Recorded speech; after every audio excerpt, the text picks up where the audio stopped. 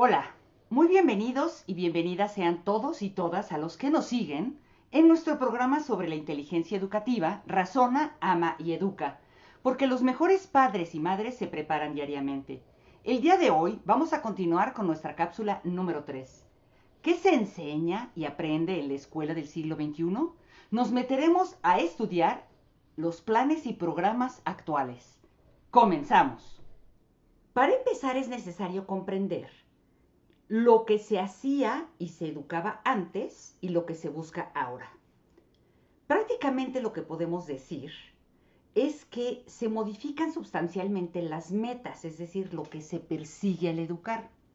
Antiguamente, la idea era transmitir el conocimiento adquirido en la física, las matemáticas, la historia, la geografía y todas las disciplinas del saber que se habían ido consolidando a lo largo de la historia. El supuesto era que si la persona aprendía y se sabía las cosas, ya la hacía en la vida, la iba a hacer en la vida. La educación era entonces una garantía de continuidad de la cultura, de la sociedad y del propio sujeto para hacerla en el futuro. La meta era que los estudiantes supieran mucho y que aprendieran bien. El proceso, que se lo aprendieran de memoria. Por eso pasábamos horas repitiendo las cosas para decirlo tal cual se nos enseñó. Y la evaluación era que supiera mucho. Actualmente, frente al contexto que estudiamos en la cápsula anterior, la revolución del conocimiento, la difusión de este conocimiento a partir del uso de la tecnología en celulares, en diversos dispositivos y el acceso de cualquier persona a ello, la UNESCO puso en consideración de todos los países del mundo que era necesario modificar la meta educativa pasando de la transmisión del saber al desarrollo de la capacidad para enfrentar la vida.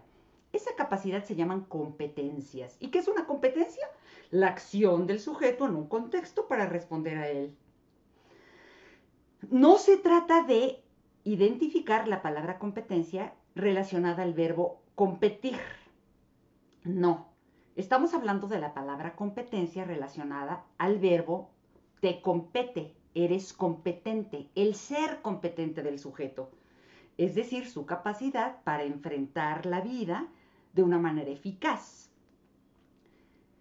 Dicho de otra manera, que las metas actuales no buscan lo mismo que antiguamente, no buscan que el estudiante sepa mucho, sino que desarrolle sus capacidades para enfrentar el contexto.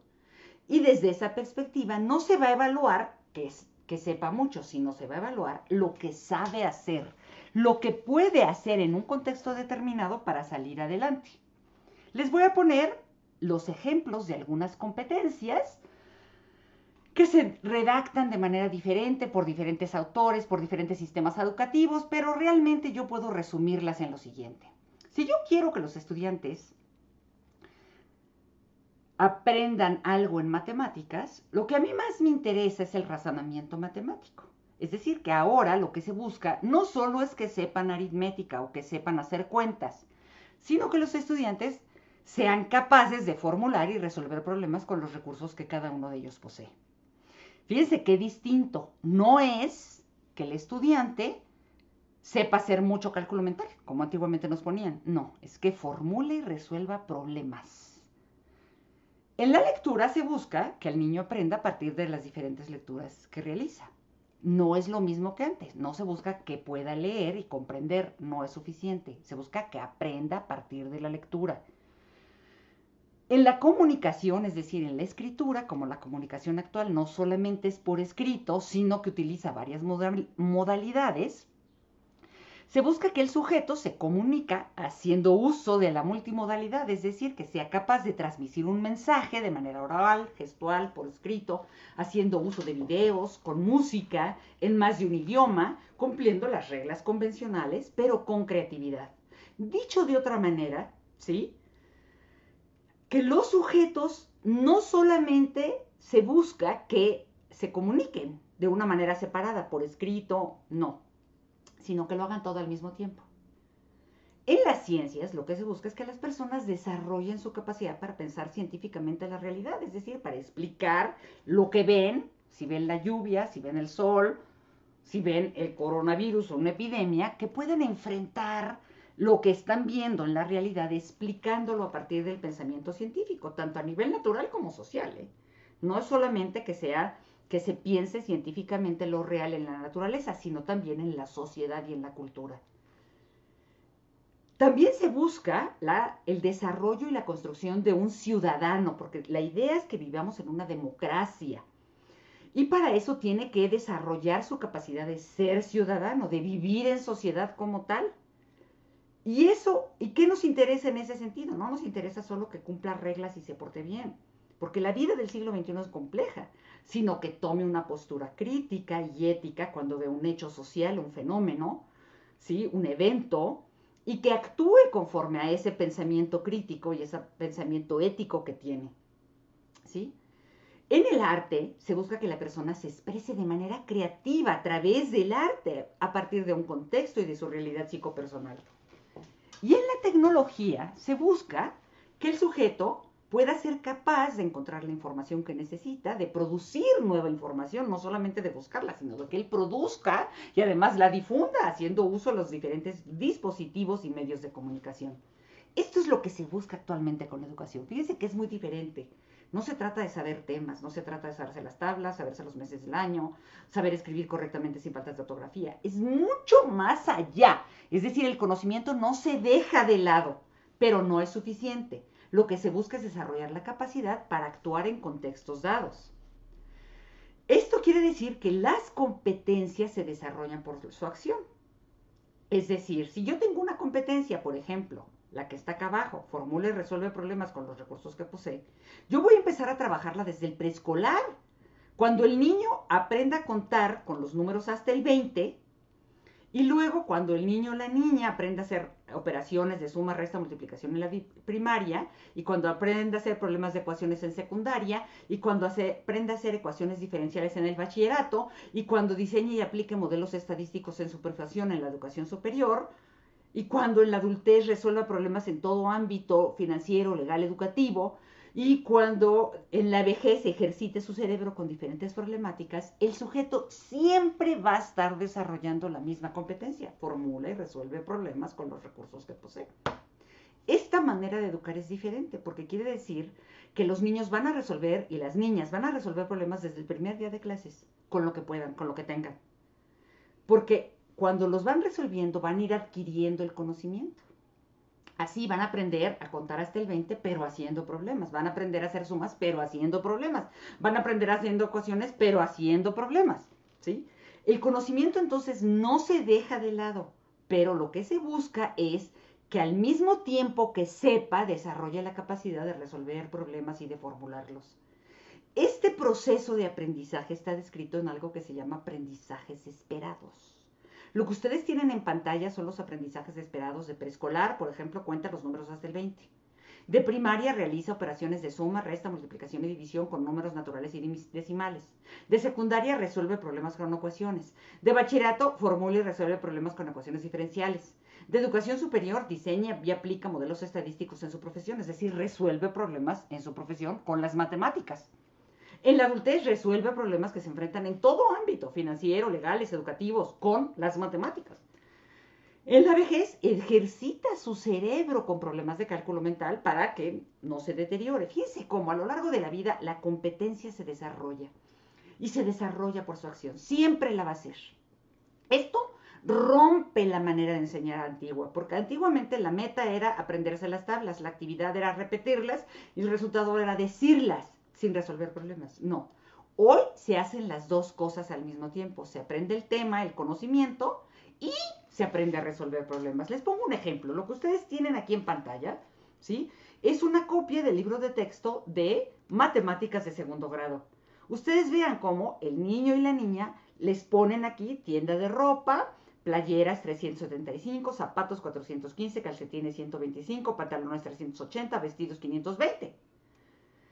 Y le preguntan, Sofía compró un vestido y pagó con 2 billetes de 500. ¿Cuánto le dieron de cambio? Si llevas 500 pesos, ¿cuánto más necesitas para comprar un pantalón y una playera? ¿Qué puedes comprar con 1000 pesos? Intenta comprar varias cosas a la vez. Encuentra al menos 3 posibilidades diferentes.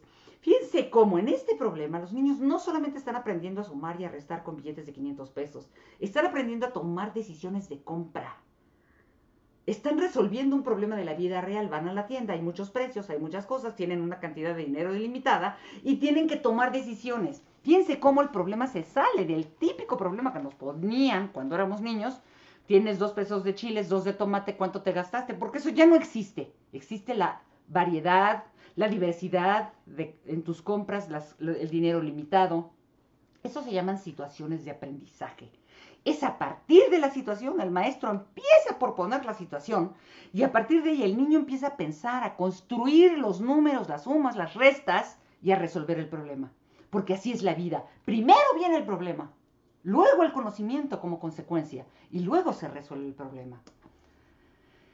Les pongo aquí el ejemplo de una situación. Por ejemplo, esta es el aprendizaje, por ejemplo, el fin, la competencia que se busca en la primaria está marcada con amarillo, es que el niño comunique sus sentimientos, sucesos e ideas, tanto de forma oral como escrita, en su lengua materna, porque también actualmente los indígenas aprenden en su lengua, en el caso mexicano. Y luego hay un aprendizaje esperado, un proceso para comunicarse, es que hace descripciones de personajes o sucesos mediante recursos literarios, usando frases adjetivas, reiteraciones similares e imágenes. Antiguamente, la clase empezaba por qué es la descripción, cómo se hace una descripción, vamos a poner un ejemplo de una descripción y hagan una. Es decir, primero se estudiaba la descripción como tema. Hoy no se enseña así. Hoy lo que se hace es que, por ejemplo, se le dice a los niños o a las niñas que están en quinto de primaria, descríbete a ti mismo. Descríbete con tus cualidades, con tus defectos, dime cómo eres. De inicio. Entonces el niño empieza a pensar cómo es y lo plasma por escrito. Y cuando lo plasma por escrito, entonces ya se ve la redacción, la ortografía, la descripción como tema, cómo se hace, cómo se usan adjetivos, cómo se usan adverbios. Y da por resultado 2 textos distintos, porque cada niño o cada niña de un salón de 30 van a hacer una descripción diferente. No van a hacerla igual. Entonces actualmente el maestro tiene el reto de calificar, porque ¿cómo va a calificar 2 descripciones? A donde cada quien escribió lo que quiso de sí mismo, con diferentes adverbios, adjetivos, con diferentes descriptores. Ese es el reto del docente, cómo evaluar los productos diferentes que surgen cuando los niños y las niñas se enfrentan situaciones de la vida real. Lo mismo en el caso de preescolar. Si ustedes ven, el niño y la niña, ¿sí? Hicieron aquí, están enfrente de ustedes unas caritas. ¿Sí? La maestra les puso material y les dijo, párate en el espejo, observa tus ojos, tu nariz y tu boca y luego dibújalos. Es a partir del reto, me veo en el espejo y luego lo dibujo. ¿Sí? Estos productos, estas producciones que realizan los estudiantes, ¿sí? Cada uno de ellos va a aprender lo mismo, pero lo va a expresar de manera diferente. Todos tienen que aprender que tienen ojos, nariz, boca, cara, ¿sí? Que estos se ubican en diferentes partes de la cara, pero al hacerlo, cada quien lo va a hacer de una manera diferente. En este caso, por ejemplo, en el preescolar, el aprendizaje esperado se identifica y nombra características personales, cómo es físicamente, qué le gusta, qué no le gusta, qué le facilita y qué se le dificulta. Y la maestra lo hace a partir de observar su cara en el espejo. La situación didáctica o la situación de aprendizaje es que, a ver, niños, véanse en el espejo, a partir de verse, dibujen, iluminen y hagan su cara con este material. Cada quien lo va a hacer diferente y ahí tenemos que evaluar lo que puede, lo que logra y lo que no puede. ¿Para qué? Para ayudarlo. No es para darle palomito tache, no es para decir se sacó 7 o 10, es para mejorar lo que hace. Entonces, la nueva educación va a buscar desarrollar la capacidad para enfrentar el siglo XXI. Eso es lo que se busca actualmente, desarrollar las capacidades de los estudiantes para enfrentar el siglo XXI. Es muy diferente que solamente transmitir el conocimiento, que el estudiante sepa mucho, que tenga palomita, palomita, palomita y se saque 10. Los padres tienen que ser conscientes de eso porque lo que se les pide a sus hijos y sus hijas es más allá. El conocimiento sigue siendo importante, sí se lo tiene que saber, pero no es suficiente porque tiene que desarrollar la capacidad para formular y resolver problemas, para comunicarse por escrito de manera gestual, oral, en videos, para tomar decisiones éticas cuando hay eventos y problemas, para expresarte artísticamente, para utilizar la tecnología buscando la información que necesita cuando algo no sepa, porque no puede aprenderlo todo y tiene que aprender a buscar la información y a decidir a quién le cree y a quién no le cree que es una noticia falsa o no. Eso es lo que se busca actualmente, el desarrollo de la capacidad. Y para eso la tecnología ayuda, pero no es suficiente. Actualmente lo más importante es desarrollar en los estudiantes la capacidad para buscar la verdad, para tomar decisiones, para resolver problemas. Y eso no lo enseña solamente la tecnología. Esto es lo que tenemos que tener claro actualmente, ¿sí? Que la educación del siglo XXI es diferente. ¿Qué consejos prácticos surgen de conocer los planes y los programas actuales? De identificar que lo que se busca no es solo que sepan mucho, sino que sepan resolver problemas, desarrollar sus capacidades en la lectura, la escritura, la comunicación. Lo primero es que cuando tus hijos e hijas lean, no les preguntes solo qué entendieron, sino que aprendieron de la lectura, que saquen inferencias, que cuando resuelvan un problema de matemáticas, y se identifique que puede haber más de una respuesta, más de un procedimiento, porque así están diseñados los problemas en los libros de texto. No son como antes. Buscan que elijan, que tomen opciones, que hagan varias sumas o restas o divisiones o ecuaciones para llegar a tomar una decisión. Busquen problemas parecidos que a los de los libros de texto en la vida. La vida está llena de ese tipo de problemas. Si los niños y las niñas escriben textos, no se fijen solo en la ortografía. Los padres y las madres tendemos a hacerlo. O en la redacción. Fíjense en lo que dicen, en lo que comunican, cómo lo comunican, si lo utilizan adverbios, adjetivos, metáforas, en qué nivel lo están haciendo para intervenir más allá en su proceso de comunicación. Cuando vean fenómenos de la naturaleza o problemas sociales, enséñenlos a preguntarse, ¿por qué sucede eso? ¿Cuál es la causa? ¿Qué problemas puede haber? ¿Qué consecuencias? Recuerden que en todo momento lo más importante es pensar. Ahora bien, si el contexto global actual es muy exigente, si lo que se busca es desarrollar la capacidad, ¿cómo podemos nosotros, los padres y las madres, educar a los niños y a las niñas en el siglo XXI? ¿Qué podemos hacer para que salgan adelante ellos? ¿Qué podemos hacer en casa? Ya después de la pandemia o incluso durante la pandemia. Esto lo veremos en nuestra próxima cápsula. Muchísimas gracias.